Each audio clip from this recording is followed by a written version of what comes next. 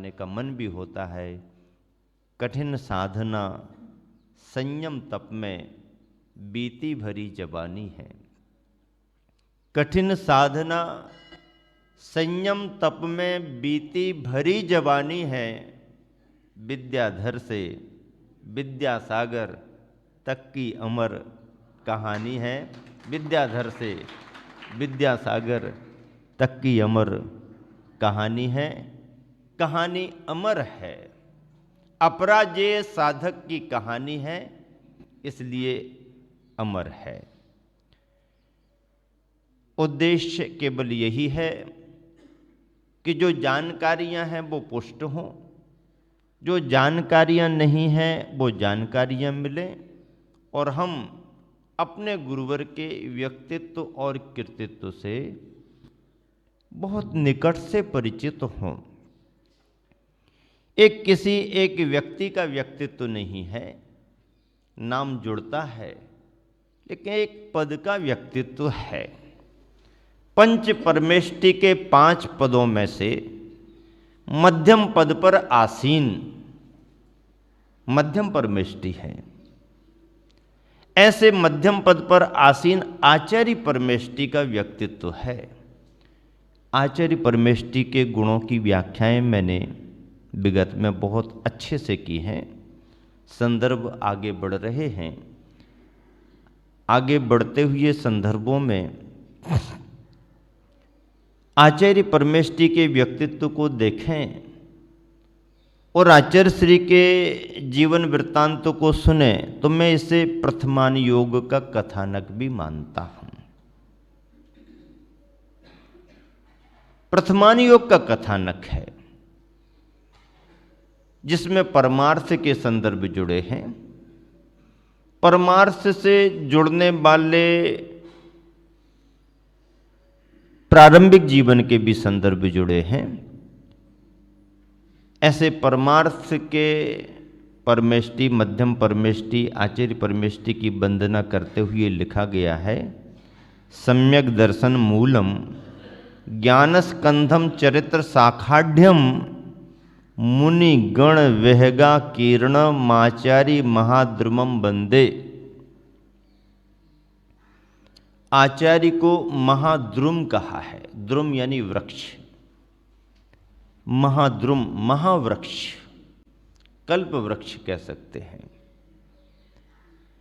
आचार्य को महान वृक्ष, वट वृक्ष कहा गया है।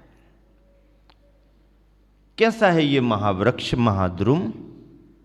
वृक्ष होता है तो अपन जानते हैं जड़ें होती हैं उसकी जो दिखाई नहीं देती हैं।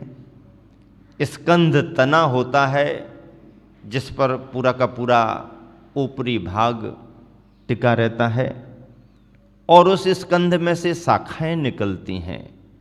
शाखाओं में से उप शाखाएं निकलती हैं, टहनियां निकलती हैं। वहाँ पर पत्तियां लगती हैं, फूल लगते हैं, फल लगते हैं। पक्षी भी आकर के बैठते हैं, पथिक भी आकर के विश्राम करते हैं। गर्मी के समय में आराम करते हैं, छाया मिल जाती है। एक वृक्ष का महत्व जितना इस धरा को है, धरावासियों को है, वैसा ही महत्व मोक्ष मार्ग पर आगे बढ़ने वाले मुमुक्षुओं को, पथिकों को एक गुरु आचार्य महाराज का हुआ करता है। धरा पर वृक्ष ना हो तो धरा उजाड़ मानी जाती है। धरा को हरियाली देने वाले पेड़ पौधे होते हैं। एक वृक्ष लगता है, हजारों लोगों को जीवन देता है अपने ऑक्सीजन से। एक वृक्ष जितना जमीन से लेता है उससे 1000 गुना प्राणियों को लौटा देता है। एक वृक्ष अपने जीवन काल में जितना अपने लिए अर्जित करता है जीवन जीने के लिए, उससे 1000 गुना पर्यावरण को देता है, प्राणियों को देता है। जो जनमानस के लिए बहुत जरूरी है। वृक्ष का महत्व बहुत है। तो ऐसे वृक्ष धरा पर रहते हैं, और जब कोई बड़ा वृक्ष छायादार बनता है, फल फूल उसमें लगते हैं, फिर तो कहना ही क्या। सर्दियों के समय में भी पक्षियों के लिए, फल पाने वालों के लिए उसका महत्व है। गर्मियों में तो फल पाने वालों को महत्व है ही, लेकिन छाया पाने वालों के लिए भी और ज्यादा महत्व है। आचार्य महाराज कैसे वृक्ष हैं? सम्यक दर्शन मूलम, जड़ सम्यक दर्शन की है। किसकी जड़ है? बहुत गहरी बात बताई। सम्यक दर्शन की जड़ है। मोक्ष मार्ग की जड़ ही सम्यक दर्शन है। मोक्ष मार्ग में सम्यक दर्शन को खेवटिया कहा है, नाव को पार लगाने वाला कहा है। सम्यक दर्शन को मोक्ष मार्ग में खेवटिया, कर्णधार, तारनहारा, बीज कहा है। बीज है तो सब है, बीज नहीं है तो आगे का कुछ नहीं है। सम्यक दर्शन को मैं ड्राइवर कहता हूं। क्या कहता हूं? शास्त्र में नहीं लिखा, लेकिन मुझे ऐसा लगता है ड्राइवर कहना भी ठीक है। सम्यक दर्शन ड्राइवर है। कैसा ड्राइवर? गाड़ी कैसी भी क्यों ना हो, रास्ता भी कैसा भी क्यों ना हो, ड्राइवर ठीक होना चाहिए। रास्ता उबड़ खाबड़ है, गड्ढे वड्ढे भी हैं, गाड़ी पुरानी है, मॉडल पुराना है, कहीं भी रुक सकती है, बिगड़ सकती है, कोई भरोसा नहीं कहाँ तक जाएगी। ऐसी पुरानी गाड़ी, कमज़ोर गाड़ी भी क्यों ना हो, रास्ता भी उबड़ खाबड़ क्यों ना हो, लेकिन ड्राइवर यदि ठीक है तो गाड़ी को मंजिल तक पहुंचा देगा। मान लीजिए रोड हाईवे है, 4 वे है, कितनी ताकत से दौड़ाओ अपनी गाड़ी, गाड़ी की स्पीड कितनी है, तुम्हारी क्षमता कितनी है, कोई दिक्कत नहीं। रोड हाईवे है, सपाट सरपट है, गाड़ी भी नया मॉडल निकला है, गारंटेड गाड़ी है, लेकिन ड्राइवर भरोसेमंद नहीं है। कौन सा ड्राइवर भरोसेमंद नहीं होता है?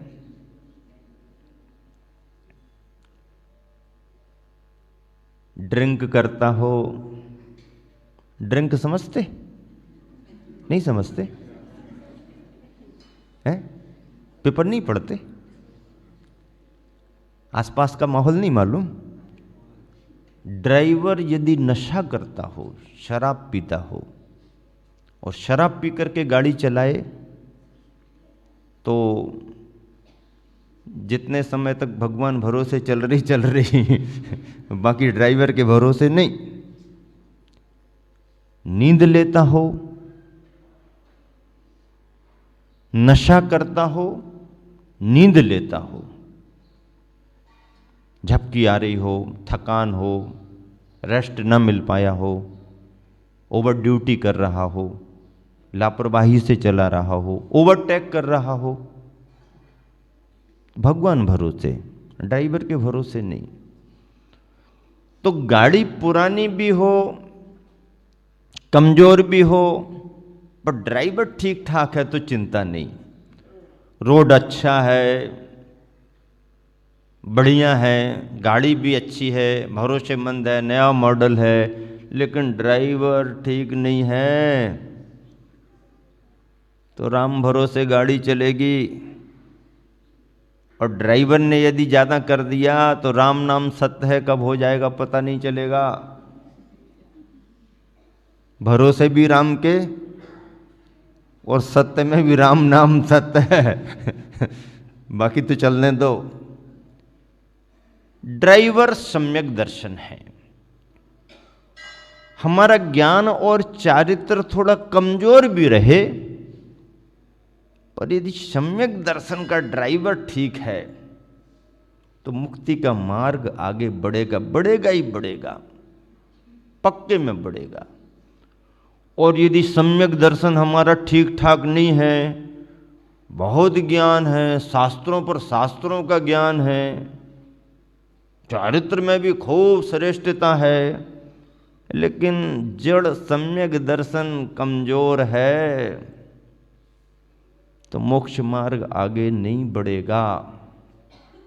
सम्यक दर्शन मूलम, सम्यक दर्शन को मूल कहा, जड़ कहा। ध्यान रखना, जितने भी बड़े बड़े वृक्ष होते हैं, घने छायादार वृक्ष होते हैं, जितनी ऊंचाई उनकी दिखती है, ध्यान रखना उस अनुपात से उस वृक्ष की जड़ें भी उतनी ही गहराई में जाती हैं, उतनी ही गहराई में जाएंगी। बिल्डिंग कितने मंजिला बनानी है? 5 मंजिला, 7 मंजिला, 10 मंजिला बनानी है, हाँ, उसके अनुपात से नींव भरो ले जाओ और गहरे ले जाओ, और गहरे ले जाओ, और मजबूत करो, और मजबूत करो। क्यों? क्योंकि ऊंचाई यदि देना है तो गहराई और मजबूती उतनी देना ही पड़ेगी, तभी बिल्डिंग टिकाऊ होगी, तभी वृक्ष टिकेगा। जड़ ज्यादा गहरे में नहीं है और भारी भरकम वृक्ष बहुत ऊंचा हो गया और आंधी आ गई, बिगड़ जाएगा मामला। बिल्डिंग बहुत ऊंची बन गई, दिख गई, लेकिन अनुपात से नींव और फाउंडेशन मजबूत नहीं है, तो बिल्डिंग धराशायी हो जाएगी, वृक्ष धराशायी हो जाता है। मैं इसे बार बार कहा करता हूं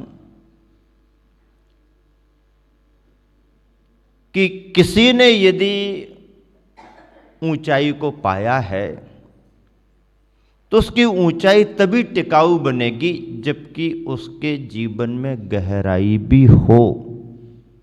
बिना गहराई के कोई भी ऊंचाई टिकती नहीं है। एक बार मैंने कहा था, अगर कहीं कोई ऊंचा पहाड़ पर्वत हो, अगर कहीं कोई ऊंचा पहाड़ पर्वत हो तो निश्चित मानिए आसपास कहीं गहरी नदी जरूर होगी अगर कहीं कोई ऊंचा पहाड़ पर्वत हो तो निश्चित मानिए कि आसपास कहीं कोई गहरी नदी जरूर होगी, क्योंकि गहराई को पाए बगैर कभी कोई ऊंचाई टिकती नहीं है। आचार्य महाराज यदि अपने जीवन को वृक्ष के समान बना रहे हैं और हरा भरा बहुत ऊंचा छायादार वृक्ष हम सबको मिल रहा है, तो उसकी जड़ भी उनकी बहुत मजबूत गहरे में है। आचार्य श्री के व्यक्तित्व में बहुत गहराई है, साधना में गहराई है, और यही कारण है कि उस गहराई के कारण ही उनकी ऊंचाई आज तक उसी रूप में बल्कि निरंतर बढ़ते हुए टिकी हुई है। सम्यक दर्शन जड़ है, ज्ञान स्कंधम, ज्ञान का स्कंध है। स्कंध मूल शाखा जो जड़ से निकलती है, तना, मुख्य तना, उसे स्कंध कहते हैं। ज्ञान का स्कंध है। सम्यक दर्शन की जड़ ज्ञान का स्कंध। चरित्र शाखाढ़्यम, शाखाएं उपशाखाएं चरित्र की, व्रत नियम की, ढेर सारे व्रत नियम इस तरह के दिनचर्या संबंधी, ये चरित्र की शाखाएं निकली हुई हैं। और ऐसे वृक्ष में जिसकी जड़ सम्यक दर्शन है, स्कंध ज्ञान का है, सम्यक ज्ञान का है, चारित्र की शाखाएं हैं, फूल पत्तियां फल लगे हुए हैं, मुनिगण वेहगा कीर्ण, मुनिगण विहग यानी पक्षी, संस्कृत में पक्षी को विहग कहते हैं। मुनिगण विहग आकीर्ण, उनसे व्याप्त, मुनिगण रूपी पक्षियों से वो वृक्ष व्याप्त होता है। आते हैं बैठते हैं, आते हैं बैठते हैं, आते हैं बैठते हैं। पक्षी को वृक्ष का कितना बड़ा सहारा होता है, पक्षी को वृक्ष का बहुत बड़ा सहारा होता है। पक्षी का तो बसेरा ही है, दिन भर भले ही घूमने फिरने को चला जाए दाना पानी के लिए, लेकिन सांझ होते होते पक्षी अपने अपने स्थान पर वापस आ जाते हैं। आचार्य महाराज के ऐसे वृक्ष में मुनिगण विहगा कीर्ण, मुनि रूपी पक्षी कलरव करते हैं, आते हैं आते हैं आते हैं आते हैं बैठते हैं, आते हैं बैठते हैं, आराम पाते हैं।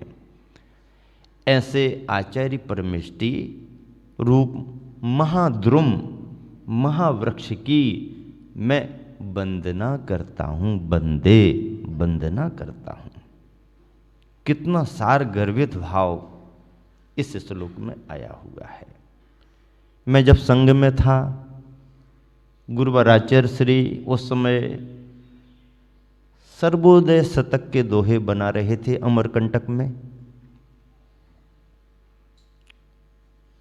आचार्य श्री के जीवन में काव्य प्रतिभा है, साहित्य साधना बहुत है, उनकी अपने उपादान में योग्यता में थी,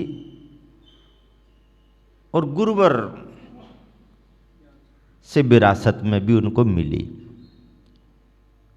आचार्य श्री ने एक दोहा बनाया था उस समय, जो मुझे अभी याद आ रहा है। आचार्य श्री ने आचार्य परमेष्टि के लिए एक दोहा बनाया। आचार्य श्री ने आचार्य परमेष्टि के लिए एक दोहा बनाया। मैंने इस दोहे को विशेष रूप से सागर बूंद समाये पुस्तक में कोट किया है, दिया है उसको। आचार्य श्री ने आचार्य परमेष्टि के बारे में क्या दोहा बनाया? फूल फलों से ज्यों लदे, फूल फलों से ज्यों लदे घनी छांव के वृक्ष, फूल फलों से ज्यों लदे घनी छांव के वृक्ष, शरणागत को शरण दें मुनियों के अध्यक्ष। अध्यक्ष शब्द लिखा।